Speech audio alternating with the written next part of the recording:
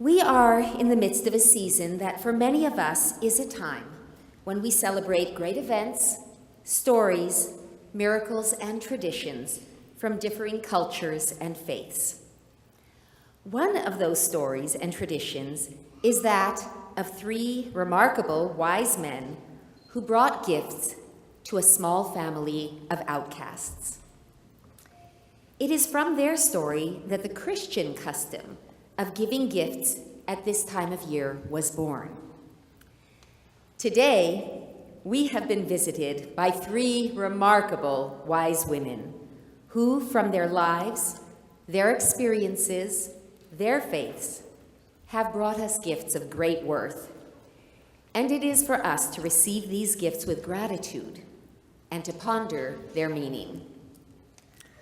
Madame Rabia Kadir, you are known as the mother of all Uyghurs, a title of deep honor and respect, and many people beyond the Uyghur community have felt your powerful combination of loving devotion and deep determination that have made you an inspiration and a leader around the world. Most people would be, and in fact are, far too intimidated to take on the might of the Communist government of China. But you continue your fight for the rights of the Uyghur people with quiet optimism and with a mother's love. You embody the familiar phrase that the best soldier fights not because he hates what is in front of him, but because he loves what is behind him. We thank you for your gift of teaching us to bring our strongest love to the most important battles we wage.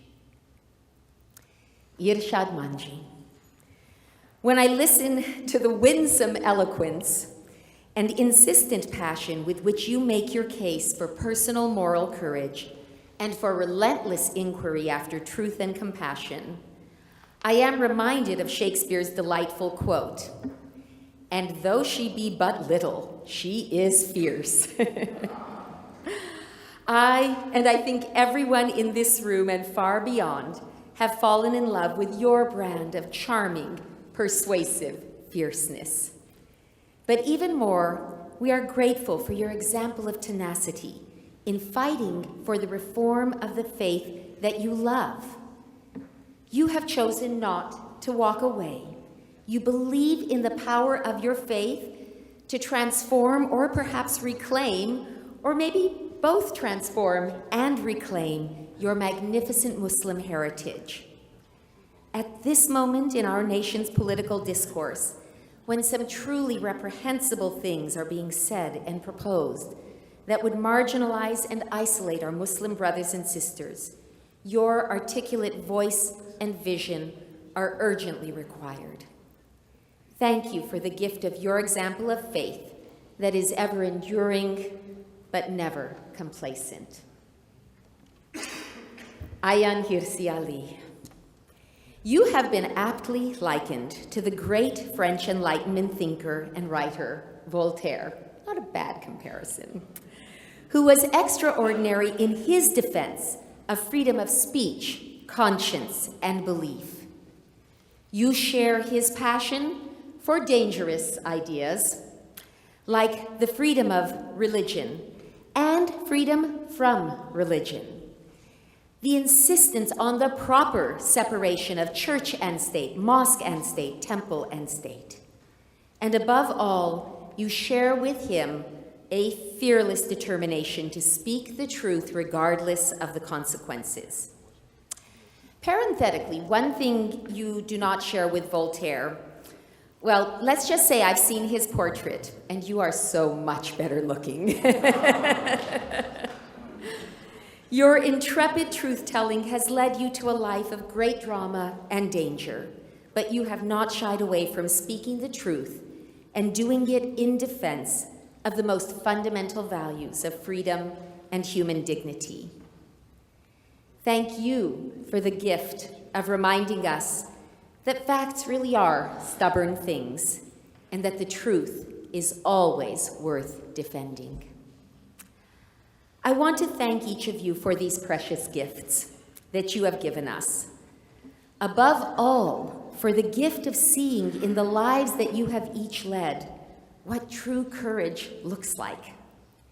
We live in perilous times, times that will demand more courage and valiance than most of us are used to having to summon.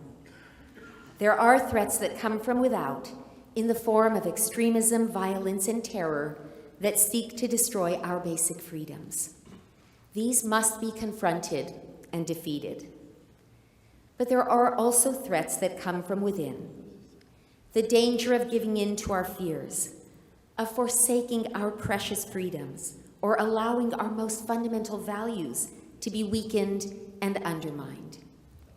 Your amazing examples of lion-hearted bravery encourage us, imbue us with courage to face the dangers within and without that lie ahead, and to do so with the grace and optimism that you each embody.